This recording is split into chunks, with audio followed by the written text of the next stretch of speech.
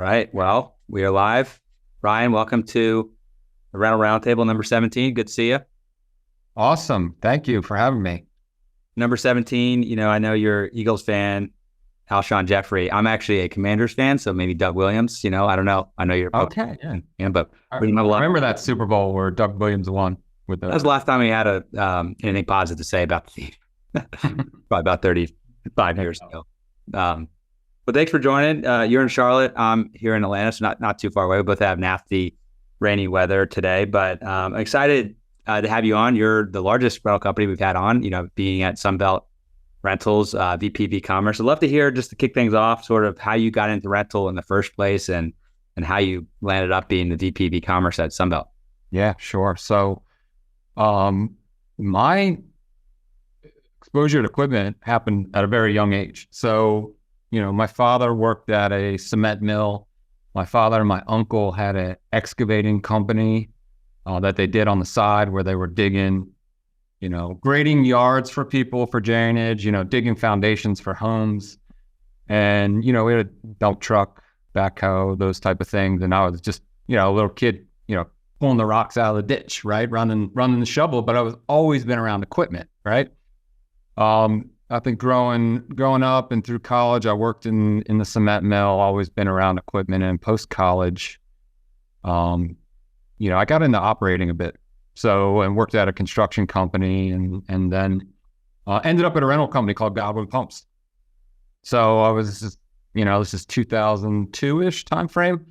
And it was a growing business, and I entered as a marketer, right? I entered as running like the trade show programs and just grew over time within the marketing function to basically running marketing, right? And that's kind of how I ended up at Sunbelt. Just kind of grew up as a rental person, always supporting sales, and eventually landed this e-commerce role. Yeah, and you joined Sunbelt in, I think, 2017 or so. Is that right? Yeah, it's been 7 years ago, 2017. So I came on as the marketing director at Sunbelt. Always been digital focused, right? So I think the web is like the most critical thing. And this day and age, like people go to Google first, right? Like when I joined rental, there was Kelley Blue Book, there was Yellow Pages. Like you wouldn't believe it. Like I had to like re-up the Yellow Page ads, and this is, 20 some years ago. And, at Godwin Pumps, we had a website that generated leads and we got a lot of business from it. And over the years, it's always like, okay, let's just center everything on the web because you can understand where your audience is coming from. Like you understand what they're searching for, what their interests are. They give you information in like Google Analytics, right? Where you can understand your audience. So I took that to digital marketing and ran campaigns for lead generation. And then eventually coming to Sunbelt, I was like, okay, we can add equipment to the cart. You can check out, you can tie all that back to your marketing campaign and your ad dollars and know if you're creating ROI.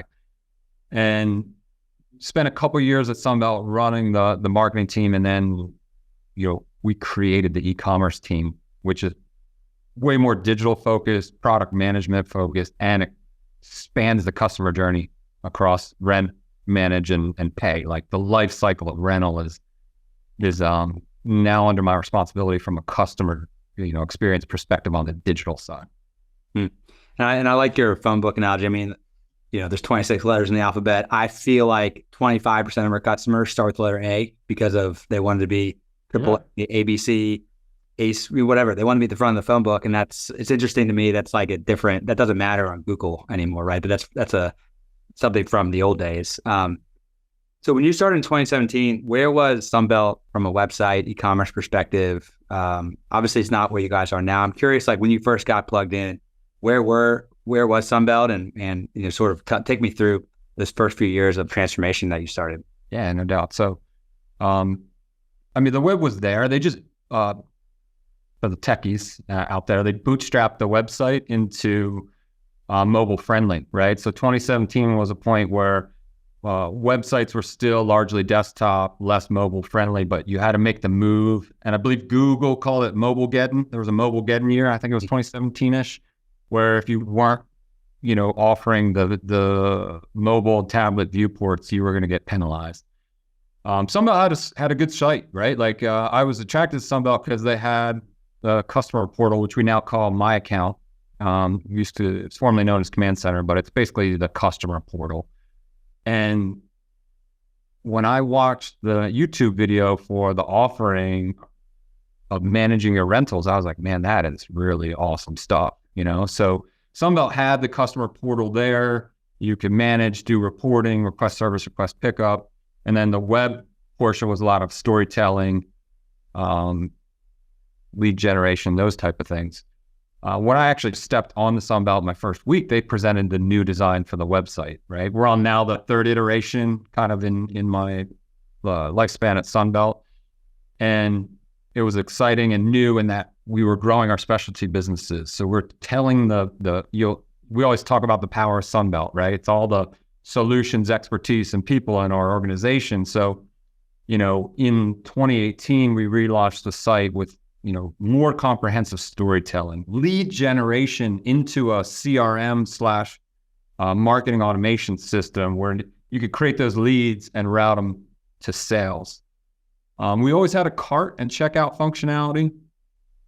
In the past few years, we've really progressed that to generate real reservations and follow the thread through to an actual contract and, really drive orders up through the site. So I would say in 2017, there's a real strong foundation. But what we've done over the years, and more specifically in the last 3, is really focus on the customer, the personas, how they interact with the site, how do you serve content and information, your product list page, your product detail page.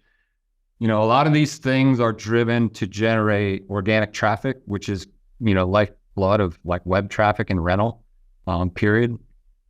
And you got to structure your site in a way where it's easy to navigate and easy to check out, right? So we took the foundation of what was there and really started to optimize it from a user experience perspective.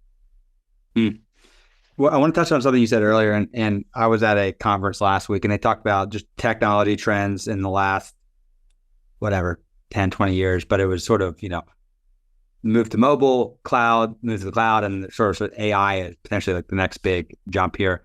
On the mobile side, do you have any data or stats on how often people are, going on your website online, on mobile versus desktop? It sounds like that was an important function that you made. Yeah, absolutely. I mean, I think everybody on this call knows like the deal happens in the dirt, like all of our customers are very mobile. Some customers sit in the office because they have back office like equipment managers, fleet managers, project managers, et cetera, right? We get about 50-50, right? 50% desktop, 50% mobile. That's really the breakdown. Some months it's 55% mobile, 45% desktop. You usually see that going through the busier seasons, spring ramping up into summer. And our mobile app overall just gets about 10% of what traffic we get online. But the mobile app is really the core of the core loyalists that are really in the dirt managing their rentals. Interesting. So about 50-50 on your website traffic is mobile versus online. That's probably consistent with what we would see as well. And then the app you mentioned, that's 10%, but the people who use it are the power users, right? Those are the people who aren't just transacting online, but using the full My Account package. That's absolutely it. They're doing a lot of management of the rental, on the job site. So the app is just built in a way that just makes it a lot easier. Your web and mobile web has come so far over the years where it largely does the same thing. Yeah. The app, you can kind of control the experience a bit more and lock in on it a bit more. We do both. And it sounds like in 2017, when you started, you had a cart checkout, but it was sort of like submit a lead form in a sense, and you've essentially gone deeper so you can do the full transaction online. Is that accurate? You've sort of gone deeper down the rabbit hole on the transaction online from where you started 7 years ago? Absolutely. And a lot of that we've done in the past few years, where what we're working to do is get the product catalog tailored to geography. Like we might own 20 of a very specific LED light tower only in Orlando, Florida, right? So the vision is, and we're largely getting there, is to, when you put in your zip code, we can show you those 20 there, but we're not going to show you those 20 in Pennsylvania because we don't have inventory of them at that store, right? But largely our catalog is national, right? But we do have a lot of nuance where we're working to localize things and, call from the local branch inventory. And that's been the mission that we've been on that side of, browsing, shopping, and the cart and checkout. We've also added things like, storing credit card, a digital wallet, just easing the transaction at the store is largely the mission, where you could save time, where someone's shopping online. They're going to create a reservation. You can, authorize their credit card, but it's a customer where you don't want to release the rental until you meet them face to face. So we tee that card information up at the store, and then at the store, they're going to then charge the card and release the gear to the customer. So are you guys sometimes approving the orders fully digitally, or do you require an in-person transaction to complete that? Is there an element of maybe repeat renters who can do everything without seeing? Yeah, absolutely. We got, we have the DIYers and homeowners who are largely walk in or will rent online, pick up in store. They're the ones where our branches are creating that relationship with them, face to face. Our commercial customers, our business customers, have accounts. We invoice them, right? They issue POs. The customer, pays when the rental's done. They can follow that transaction all the way through. You can do it all online. We can deliver it to you. You can release it by requesting for the off-rent or for it to be picked up, and then we'll invoice you immediately, and you can pay online. So you can do that all across the digital platform. And how has this adoption changed in the last 7 years? I imagine it's probably increased, but what are some of the metrics you're seeing to show that people are increasingly moving digital, especially as generations move younger and more native to doing things on their phone? Yeah, our traffic has grown about 5x over that time period. Coming from a specialty, like a Godwin Pumps, you're very niche, it's a niche rental company.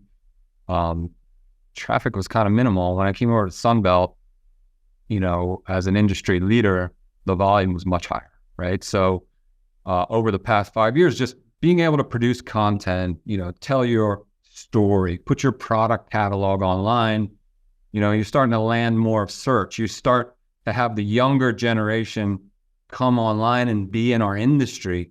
And they're like, well, I really don't want to call everybody for everything, We never want to eliminate the phone call, right? We always want to be there to take that and serve the customer however they choose. But generationally, you can see the traffic growth from a generation perspective. For us as well, too, we've been in a rapid, growth mode, right? Sunbelt is a growth company. So we had 500 locations when I started 7 years ago. We have over 1,300 locations now, right? So with that footprint also came a lot of traffic growth. So did I hear you right? You said the traffic has increased 5x in 7 years. Is that what you said? Yes. Yep. For Sunbelt. Yeah. Wow. And obviously, like you said, the locations have expanded, the brand's expanded. How much of that do you attribute towards some of the SEO work and the content work you guys have done? A lot of it. I mean, that's, roughly 40 to 50% of how people reach the site, right? 50% being organic traffic? Yeah. Yes. Yeah. And you see that across the industry, right? That is an industry thing. There is paid media and paid search, which is a necessary evil. And if you have the ability to do that, I recommend you do it. If you're an independent or family owned and you're just getting in, organic's the way to go. Organic is the way to go. Just put your product catalog out there, have some descriptions, tell your story about your solutions, because the traffic will come. Yeah, I think that's something that we're trying to remind people. It's the whole build it and they will come. We launched e-commerce. Where are the customers? Well, you have to drive traffic, right? That's the organic piece. And the thing is that's also hard for people to understand or swallow is it takes time. You do all the work now. It takes 3 months, 6 months, 12 months to rank. And problem is people aren't patient. I'm not patient. And the quick wins is the paid budget. Let's immediately get calls today and orders today, right? But that's the ROI and the value is much stronger on the organic side. That's where the real juice is. Yeah. You mentioned 60 to 90 days, or you mentioned 90 days, the longer. Yeah, it is an investment in time, but the ROI is high. And the whole thing with organic is being able to tell Google how to index your site, tag your images with the product name, have your metadata descriptions be ones where, people read and want to click through because their search terms match your meta descriptions, and you always have to watch Google because Google will change their algorithm because they have to. It's just part of the business, right? It's part of their differentiator, but also part of their business model is we've always got to be optimizing, and it's Kyle, tell me about your platform a little bit. You guys do a bit of that and offer some of that SEO capability? Yeah, I mean, for us, I won't mention the top 5 rental group I tried to rent from. I think but it was a frustrating experience 4 years ago, right? So we started as an online renting platform and have since built out the full rental system because that's where our customers have pushed us. But from the beginning, we knew e-commerce was important, but we quickly learned that's not the only thing. It's like not just about driving the full transaction online. It's all the other things you're talking about. I think the ARA put out some study 2021 or so that I think like 80% of rental transactions start online or involves at least them going to your website. So maybe 20% of your customers will rent online, but 80% of them are going to go to your website. It needs to be modern, professionally look. I think there's a huge importance for transparency, price transparency, which I believe you guys do as well. All those things engender trust, and they may go multiple times to check out your reviews, to check out your catalog, but they may be calling you. Check out your location. I mean, that's one of the most critical pieces, and you land in the Google My Business searches too, because a lot of times they're gonna now put their content and access to it, like crawl your site and package it in their way, so you don't have to leave the Google browser. But the locations page are super critical. I mean, it's just probably the second most visited area on our site, aside from the equipment and product branch. Yeah. So some of these multi-location groups, you need to be able to have location pages for every page. And I think the good news is, though, you don't need to be an SEO expert, because I do think, the rental industry is not always leading on the technology side, but just having the basics set on SEO over time, Google will rank you high. You can also, we have services you can go deeper and generate a lot of content and blogs, and you can go like more sophisticated, but just doing the basic setup gets you really, really far. And we've seen groups not do that, and it's sort of hard. It's frustrating because I'm like, if you just do this little thing, right, it's going to see a big spike. But nice URL structure, descriptive with keywords. Like keywords will never go away. They're always really, really important. But you got to do it in a natural way. Page titles, meta descriptions, the basics, just care for those, and you'll land some traffic, even if it's only one location, because you're going to be competing with all of us in multiple locations. Yeah. And I think, page loading speeds, that's the piece that the rental companies can't control. But for us as a software provider, we need to make sure our platform is technically sound from an SEO perspective. So it loads fast, all the stuff behind the scenes is working. We spend a lot of time on that. And also when you're launching new sites, you're migrating from your old site to Quickly, right? You got to handle the redirects. If you don't handle that properly, you'll see a fall off. Yes. Is the permanent redirect is the 301, right? Yeah. Yeah, but I'm versed in the SEO world, but I don't always go there these days. So it's like you want to get your permanent redirects in and get your what they call the link juice from your old page to your new page. And it's like a black box. And I'm speaking like this, like I'm an expert. We have experts we work with. I know the basics to know that you have to get it right. But you could have the best e-commerce platform in the world. If you're not driving eyeballs, it doesn't matter. That's at the end of the day, you got to drive eyeballs. And like sort of the idea that like a good pipeline will mask a lot of sales issues. Like a lot of traffic will mask a lot of other issues in your website, in your business, et cetera. So I'm encouraged to hear that your traffic's gone up by 5x in 7 years. That's amazing. Like that's good. Not that you have other problems. And there's a good volume there. I mean, that is a good volume jump. I would say, it's 1 million people a month. Yeah. That's a lot different than us going, I mean, from 0 to 5x, right? That doesn't matter. But from your side in 2017, like, it sounds like you made a big investment there. And another question I have is like, so when I worked at Uber, we tracked a lot of like eyeballs to completed trips. So like when people open the Uber app and they see a price for a trip, we wanted to get 60 to 65% of people to complete that trip. And if it fell too low, we indicated a problem. If it went too high, we actually thought we were underpriced. But we were driving transactions on the platform because the only way you could request an Uber was through the app, right? For you guys, are you trying to drive e-commerce transactions, or are you more taking a broader view of like, look, it's great if they transact online, but if that just ultimately is another stop on their buying journey and ends up being in person or over the phone, are you guys okay with that? I'm curious as an e-commerce person, how you do that. Yeah, we are okay with that, right? It's the customer's choice. Our platform is just an enabler, for the customers that want to rent online, we're there.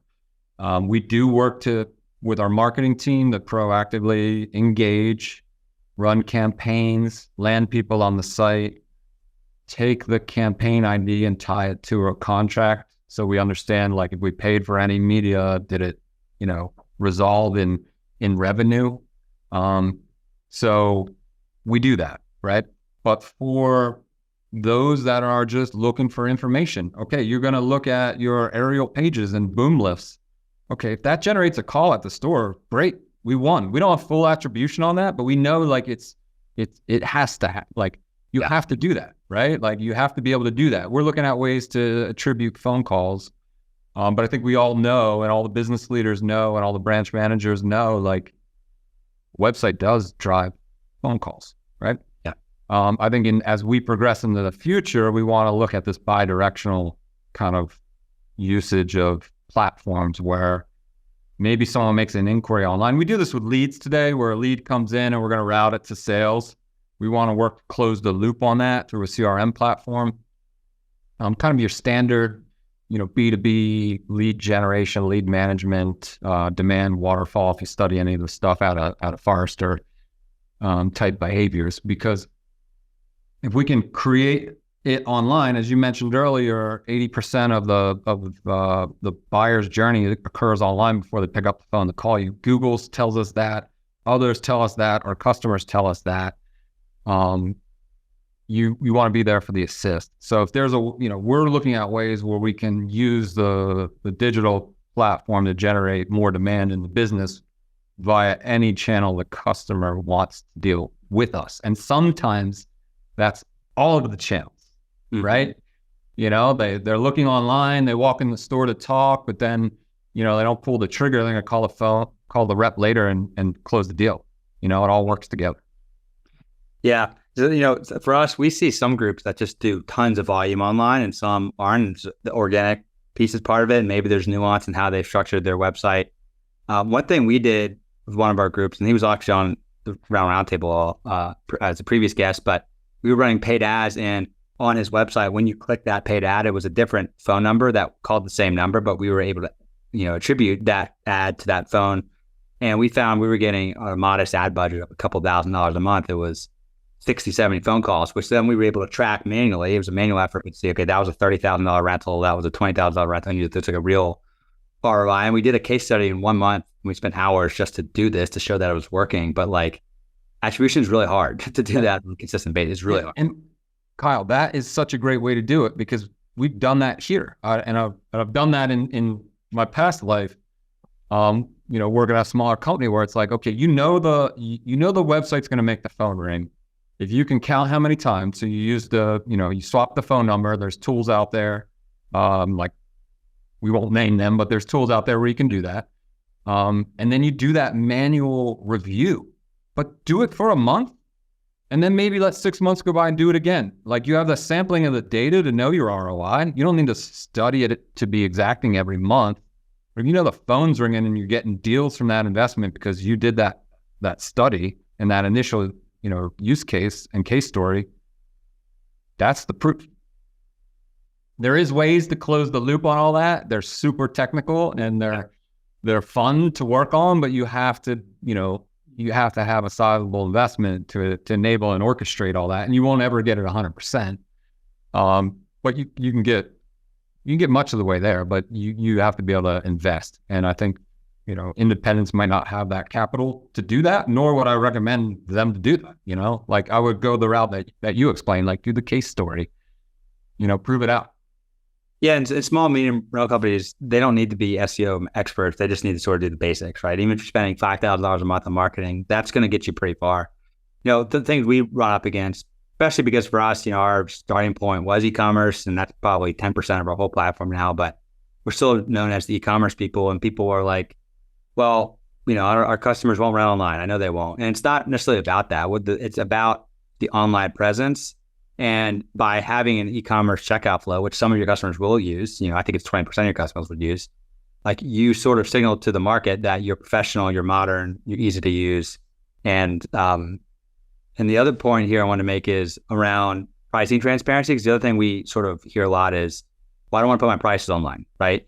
I'm curious. Yeah. When did you guys start putting your prices online? I know it's been there for a while. It's been there as long as I've known Sunbelt to have a digital presence. We've probably,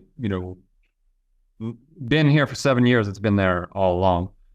And I just think back to the couple of years before where I'd be, exploring the rental, experiences from the specialty I worked at. I remember them having pricing online. So yeah, I wouldn't be scared of it. Transparency is the name of the game that helps build trust. You might have special pricing for customers, but that's an agreement, You want to win in the market, and get more looks. As we said, like 80% of the journey is done online before they pick up the phone to call. So if your price isn't there, you might not even get the phone call. And I imagine for you guys, obviously you have customers, larger customers, a pre-negotiated rate. The rate online is not the rate they pay. Do your customers who call you and see the list price, do they expect to negotiate at all, or they sort of take it as it is? Like, what's your experience on the sticker price on the website and what people expect to pay? Yeah. It's very much a relationship business, right? So our customers have relations with our reps. And there's pricing variables across the business. So we do have a tranche of customers that are national, regional, very strategic, that we have set rates. Like we'll present those online when they log in. Yeah. So customers who have the negotiated rates, they log in, they see their specific rate for them, not the list price. That's right. That's right. So, and I think your nationals are doing that across the board. For those that don't, we have market pricing. Yeah. That's what we present. Yeah. I think this is like I think it all ties together. E-commerce, mobile friendly. This is the future. Part of it is pricing transparency. I have personally seen that in just 4 years change a decent clip, especially as we move customers to it's hard to do e-commerce, almost impossible without the price, right? At some point, then you're just doing a quote, right? But to do the full transaction, you need the pricing. We have a feature too. People can log in, see the pre-negotiated prices as well. And it's something for us, we've been preaching pricing transparency, but we actually don't have our own Quiply.com pricing online, which we're changing. We're actually putting that online because it was like, if we're going to say that there needs to be pricing transparency to create trust with the market, well, what are we doing? So we're going to be launching the next month as well. But I think it's important. It is. And that's commendable of you to model the way, right? Well, we're sort of, I feel like a lag in some sense. I was like, man, we probably should have done this all along, but here we are. Coulda, shoulda, woulda. Now you're moving forward and doing it, and look forward. I will say something about pricing, set rates, and those group of customers. Like they're ones that are more prone to take their rentals through the e-com channel. And some of our larger customers that order the same thing over and over, it's easier for them. Like they save time because if they were to type it out or put it in a spreadsheet or whatever it is, it takes longer to email that in and wait, where you can have the control and you enter the order and it hits all our systems in real time and accesses our inventory in real time.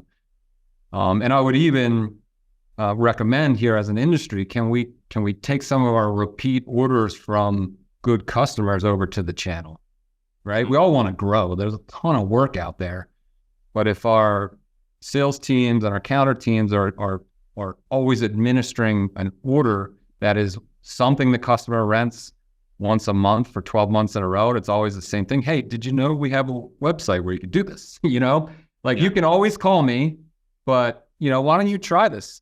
And, you know, for everybody on the call, like follow that transaction through and it'll build trust with you and your team that it actually occurs and flows through. Like a lot of people think that these web experiences are just magical and they're not really connected to anything, but in reality, we're connecting them all to, you know, your core systems that run your inventory, that run your books, you know, that invoice the customer.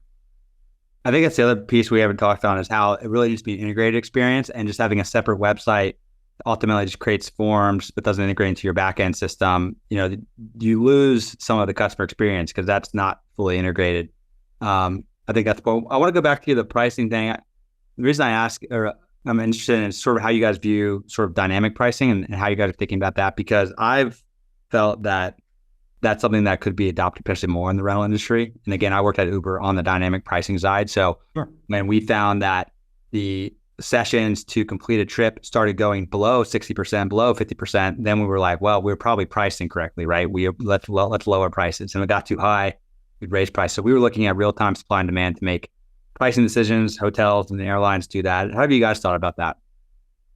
Yeah, I won't go too deep on this, as you know, we are calling all of our pricing information from, you know, the folks in the business responsible for it. But yes, on all that, Kyle, just yes. I mean, the nationals are doing all this, and it makes a lot of sense business-wise. You have supply and demand. Yeah, we can leave it at that. I know it's a recorded session.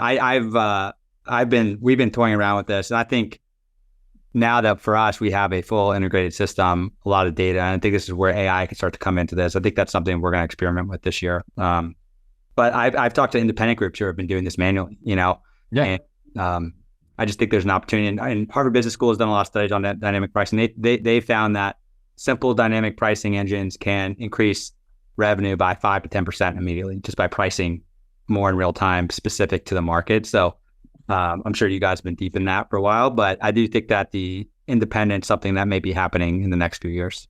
Yeah, no doubt. And I think for everyone too, you know, with the injection of so much inflation, like pricing is really, really important. I mean, we all are buying equipment that ages out. We might buy something 4 years ago, 5 years ago, 7 years ago. It costs a lot more right now. Yeah. You know, so, as an industry, we experienced a lot of inflation. So like pricing is important, and how you manage it dynamically is very, very important. Talk to me about the My Account customer report. We talked a lot about the online renting piece, which sounds like that was the initial starting point for you guys.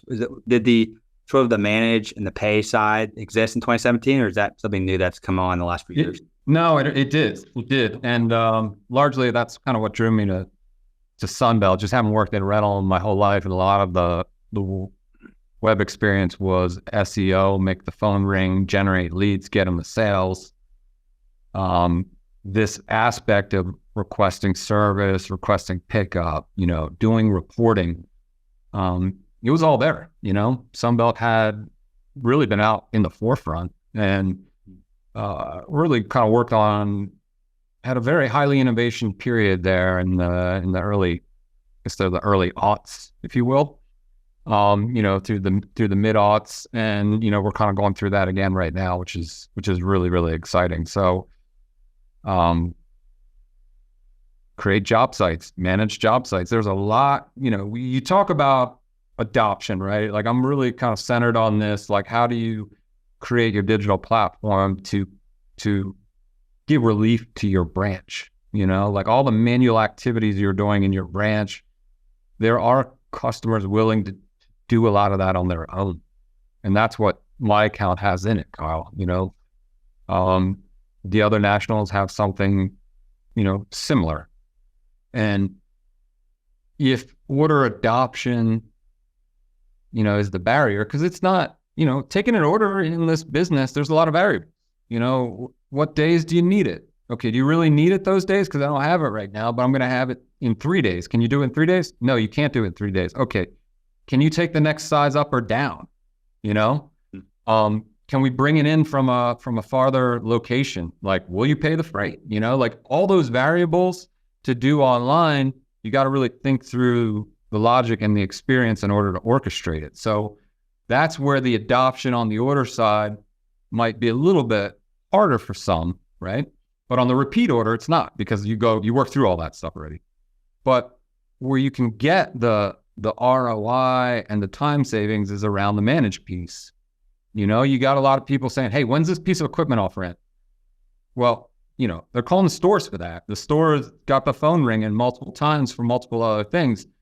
Okay, we're going to tell the customer when they call the store, hey, your stuff's done on Tuesday, but hey, did you know we have an app that you can download? You know, I'll send you a link to invite you to the account. Like, your equipment on rent is right there, and you can actually request to be done with it. We can come pick it up. You can send us an alert for that right there. So that managed part, it was there 7 years ago. We're working to just kind of make those experiences easier, slicker, pull information from the customer to get more benefit out of it.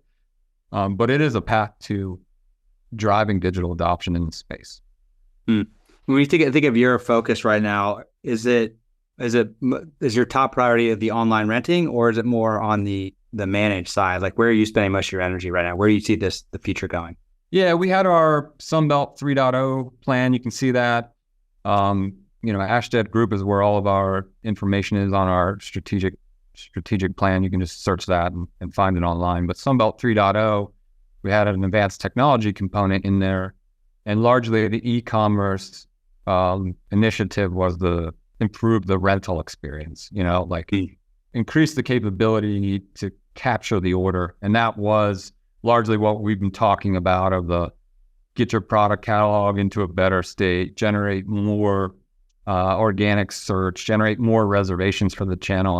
And you know, we grew that about 3x during this time period through the rebuild of the experience. Moving forward, we're going to focus more around just the entire, like the digital platform being beneficial, right? We were focused on this order capture piece, and we built a really good experience around it. Now we're gonna focus on, hey, do you have a digital account? Oh, you don't. Let me invite you. Everybody should get the equipment on rent report.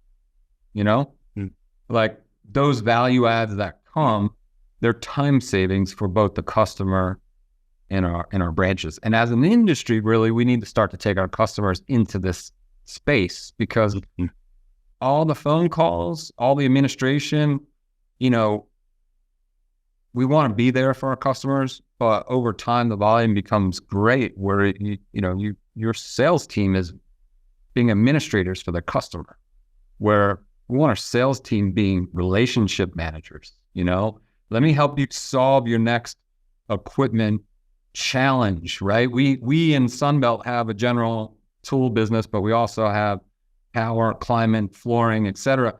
And let us educate you on that stuff. You know, some of the administrative type things, let's see what you're comfortable self-serving. You can always call me, but if there's something in the digital space where you find that customer gravitates towards, it will save everyone time if you can take them there and they choose to use it. I like that. I mean, that's sort of, I think, a natural evolution, the e-commerce, and then you start, you know, building more functionality. Like you think about a bank. I mean, when's the last time you went into a bank? You know, like it's all on your phone, it's all online. Amazon too, e-commerce. But like my watch broke and I had to send a warranty and I had to download the receipt, did all that myself in my account portal. Like, I'm sure they didn't have that initially, right? But that's sort of where things are going. It ultimately creates a better customer experience. There's still some people who are going to want to pick up the phone call, but like for me, I don't want to talk on the phone. I'd rather download it, print it off, send it off. I don't have to talk to anyone, right? Yeah. And Kyle, what I face when I'm explaining these things to folks that have been in the industry a long time, they immediately think, oh my gosh, 100% of everything's going digital and I'm going to lose my job. And that is not the case. Like, there is a lot of business for us to all go and get out there. We actually want to enable our teams to grow more, and this is a way to do it. And you will never get a customer that does 100% adoption. Like it is again, like taking that project management, task management, putting a little bit on the customer and turning your teams and your sellers into solutions. Let me guide you through the solution. Let me spend my time educating you on how you could do this project better, because I've done 30 of these in my lifetime in this job and I can add value there. That's the high value work, not like. Yeah, well, you always get the phone call for the tough stuff if you have the relationships, and that's what you want. Send the easy stuff to self-service if the customer is comfortable. I think me and you are on the same page. It makes sense. We would use this functionality. How has the reception been on the renter side? Are there segments that have adopted this technology more than others? Yes. So what we see, if you think about rent, manage, and pay. So on the rental side, we do generate a higher amount of DIY business online than we do at our stores. So you see the order adoption go that way, and that's like a lot of rent online, pick up in store. Within our commercial base, our B2B customers, there's tranches. Like we have a lot of transactional customers. We have a lot of transactional customers that do the majority of their rental and management and payments online. So it's kind of scattered or in the larger customer segment, they do a lot of reporting and payment. They do a lot of equipment management because they have equipment managers sitting in an office, but sometimes the rental might come through the phone or for, we have support teams for key accounts. They'll take the order there in bulk, and then the management will happen online by the fleet manager at the customer. So we do see adoption, right? Like across all those different DIYer, transactional business, strategic business, like I do see tranches of adoption, and a lot of it is kind of based on the company and their management. You'll have companies that do believe that teeing up the order online saves everyone time because they realize it does hit our systems in real time, and it's not an email going in that might wait in an inbox. And our teams are super quick, right, on email, but we're human too, right? It's not a machine just accepting it and processing it.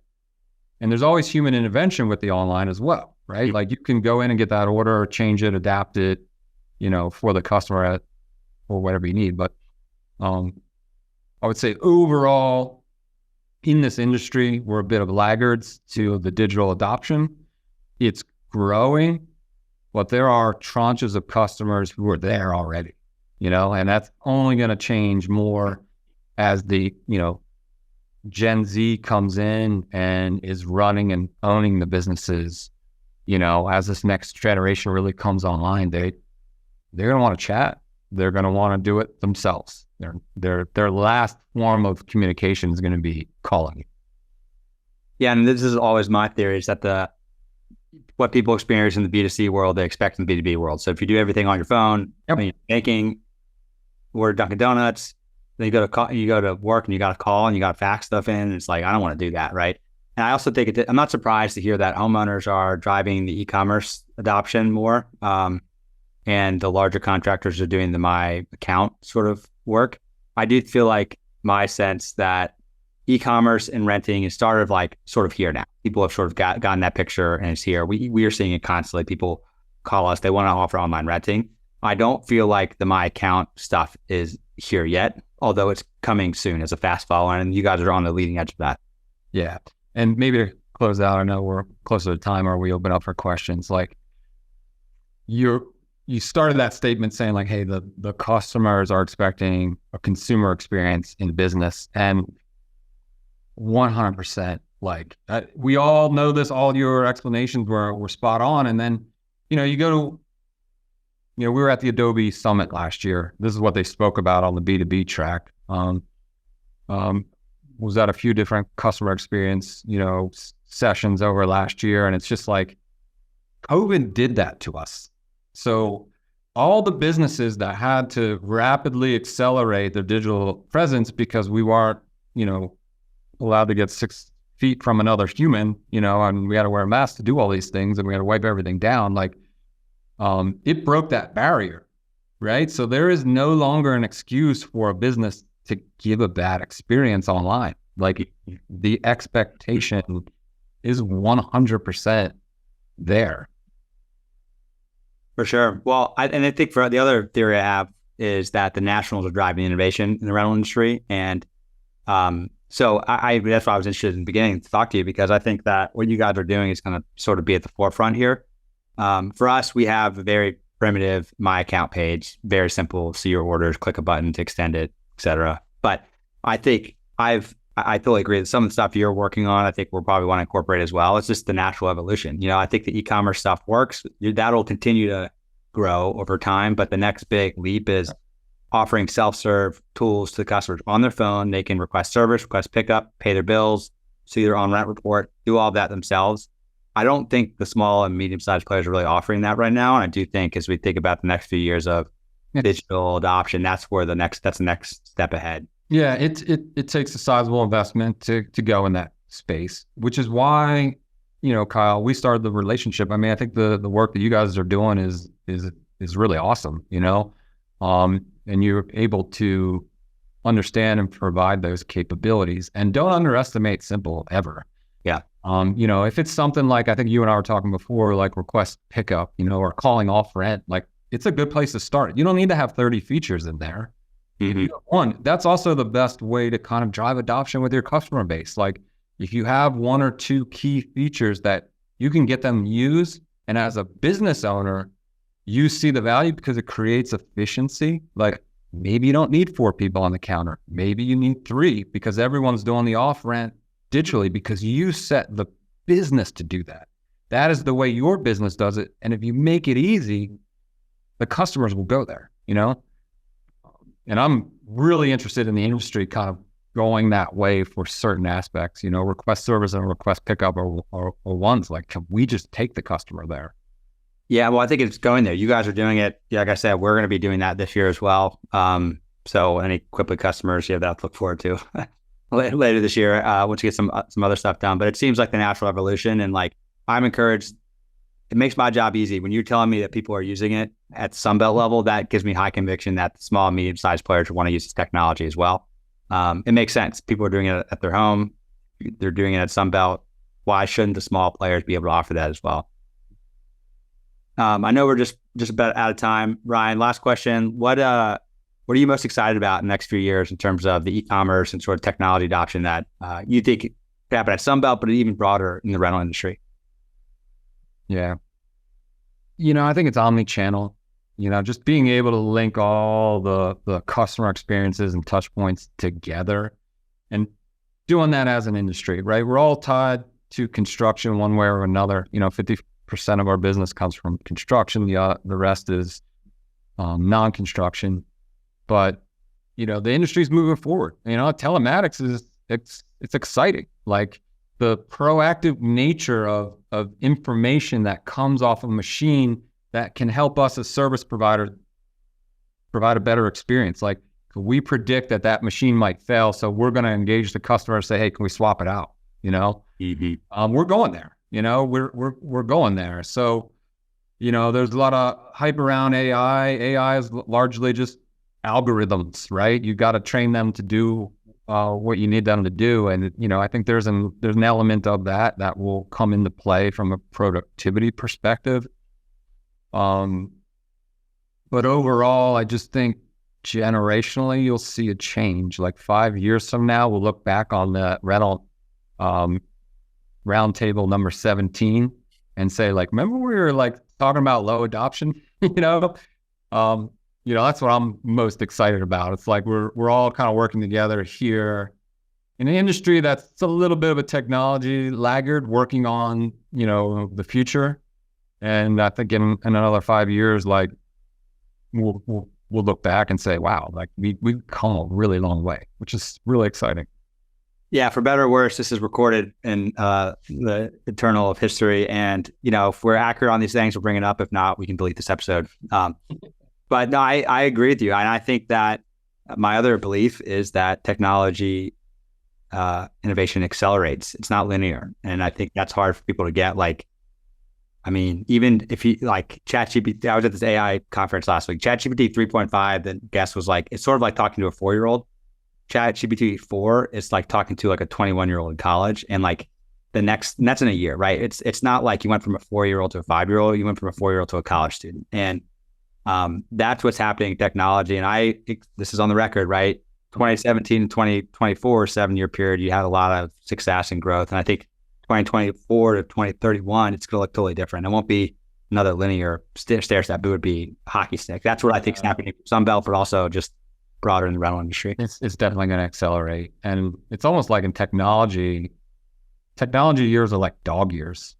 I mean, you're living 7 years in a year, with the pace of, especially what you explained with Chat GPT. So it is exciting. And, for us here, Sunbelt, we're in a good position to capitalize on all that, which is even more exciting. Yeah. And I'm watching what you guys are doing, because I still think that's driving a lot of the innovation here. And in some sense, you guys have bigger budget, so you can test things and what works and doesn't work, and we can follow and bring it to the rest of the industry. But a lot to be excited about. And Bryan, it's awesome having you on. It's a great episode. And let's record this and see where we are in a year or two and see if some of these predictions start to come true. Alrighty. Yeah. Thanks for having me. I enjoyed the conversation, and really excited about what you guys are doing as well in the space. I've seen, a lot of new tech come in, and it's interesting and exciting, and, it's a great industry to work in. So thanks for the time. Yeah. Thank you. Go Commanders. Go Eagles. Go Birds. Right. All right. See you, Bryan. Yeah. Thanks, bud.